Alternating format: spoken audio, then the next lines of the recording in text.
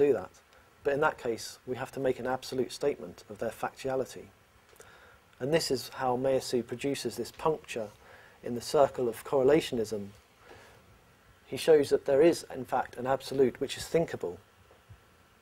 Correlationism has two principles: the de-absolutization of experience and the factuality of the correlation or of the conditioning. And these two are incompatible. And this absolute possibility to be other is what Mayasu calls radical contingency or absolute contingency or hyperchaos. And it replaces metaphysics, which would be the universal laws of being, with a new principle. And this new principle is not a metaphysical absolute. It's not an absolute entity or a god. It's not an absolute thing that must necessarily exist, that must be.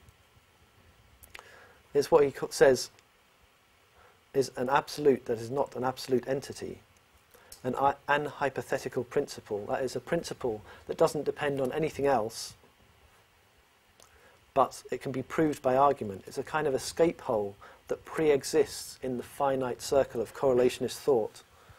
It's not constructed within that circle, but it's available, it's absolutely available. And so in this case, it's an intellectual intuition of the kind that Kant argued was impossible because of our finitude. Can I ask you a blunt question maybe, but does he think about this only in relation to kind of Western way of tradition, or did he try to place it outside, like for example in relation to Zen Buddhism or anything like that? No, that could be interesting.